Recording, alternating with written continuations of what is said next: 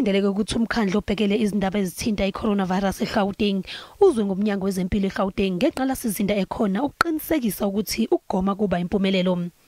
Abengamele iminyango nabo bazoletha impendulo ngomsebenzi osuwenziwe ukuqinisekisa ukuthi i-COVID-19 iyanqotshwa. Undunankulu ushayele ihlombe isifundazwe ngendlela esingathi ngayo ihlandla lesibili leligciwane ezinyangeni ezimbili ezedlule.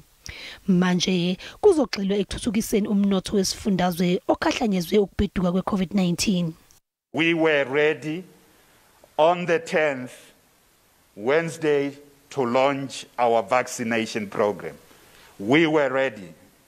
The team from health is going to share with you the infrastructure we have put in place, the people we had trained, the institutions and the facilities we had identified.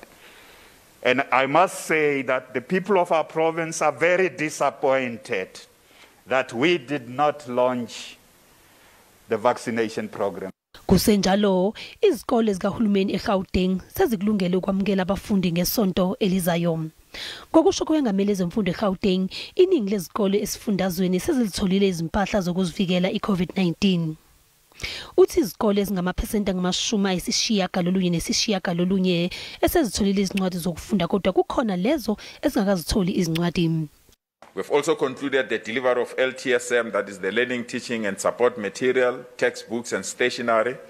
There is no single school in our province that has been declared a Section 20 school that does not have this material. We are monitoring some Section 21 schools that might not have concluded the buying of stationaries, but we are quite pleased that almost 99% of all our schools have concluded this process and they've already started distributing this material to learners since yesterday.